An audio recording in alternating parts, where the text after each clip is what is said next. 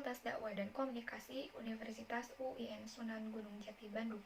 Di sini, saya akan menyampaikan materi mengenai bencana. Bencana adalah peristiwa atau rangkaian peristiwa yang mengancam dan mengganggu kehidupan dan penghidupan masyarakat yang disebabkan baik oleh faktor alam dan atau faktor non-alam maupun faktor manusia mengakibatkan timbulnya korban jiwa, kerusakan lingkungan, kerugian harta benda, dan dampak psikologis.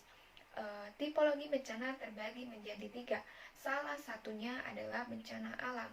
Bencana alam adalah suatu peristiwa alam yang mengakibatkan dampak besar bagi bumi, seperti tsunami, tanah longsor, badai salju, kekeringan, hujan es, gelombang panas, badai tropis, dan lain sebagainya.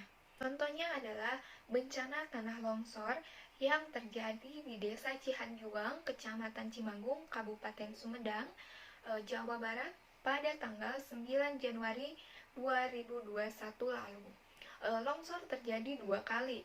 Pertama yaitu terjadi pada pukul 4 sore waktu Indonesia Barat, dan longsor susulan terjadi pada pukul 19.00 waktu Indonesia Barat.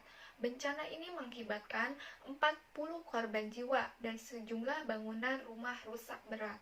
Pusat Vulkanologi dan Mitigasi Bencana Geologi mengungkap penyebab tanah longsor yang terjadi di Desa Cihanjuang, Kecamatan Cimanggung, Kabupaten Sumedang, Jawa Barat. Pemicunya yakni kondisi geologi. Kepala Bidang Mitigasi Gerakan Tanah Pusat, Vulkanologi dan Mitigasi Bencana Geologi, Agus Budiarto, menjelaskan hasil kajian yang dilakukan oleh timnya. Kawasan Cimanggung merupakan zona kerentanan gerakan tanah pada kategori sedang hingga tinggi. Daerah terdampak merupakan wilayah yang mudah terinfikasi air. Kemudian adanya indikasi tanah-tanah urukan di beberapa lokasi. Nah, menurut Agus, lokasi tanah longsor di Cimanggung merupakan morfologi tapal kuda dan alur air. Pada lokasi itu, drainase permukiman mengarah di kawasan longsor. Tebalnya lapisan tanah longsor sehingga lolosnya air serta kondisi lereng yang minim vegetasi berakar kuat membuat potensi resiko tanah longsor menjadi semakin tinggi. Sementara terdampak tanah longsor di Cimanggung termasuk dalam daerah aliran sungai atau DAS Citarum. Pakar Geoteknik Universitas Gadjah Mada, Teguh Faizal Fithani menambahkan pada umumnya masalah utama tanah longsor terletak pada penataan air. Pada umumnya, masyarakat dan pemerintah dalam menyikapi korban bencana alam lebih menitik beratkan pada aspek fisik, yaitu bantuan pengobatan, sandang, pangan, dan papan. Namun pada aspek psikis seperti kejiwaan, mental, psikologis yang mengarah pada gangguan stres pasca bencana alam yang menyebabkan trauma mendalam, kurang mendapat perhatian. Stres karena trauma akibat bencana alam yang dialami oleh korban dapat menyebabkan gangguan jiwa seperti kecemasan, depresi, psikosis, bahkan korban dapat melakukan tindakan bunuh diri. Para korban bencana yang berada di pengungsian terkadang mengalami suasana yang mencekam dan rasa cemas yang tinggi dan berada pada kondisi krisis. Kondisi tersebut membuat mereka mengalami gangguan emosional kognitif dan tingkah laku yang dapat merugikan dirinya sendiri. Bahkan sangat sensitif dari segi pikiran, perasaan, kehilangan semangat, keceriaan, kepercayaan diri terhadap lingkungan sosial, bahkan menjadi individu yang tidak beriman kepada Allah Subhanahu wa Ta'ala. Bencana alam merupakan ujian atau cobaan yang diberikan kepada seseorang agar mereka dapat mengambil hikmah dari setiap kejadian yang ada.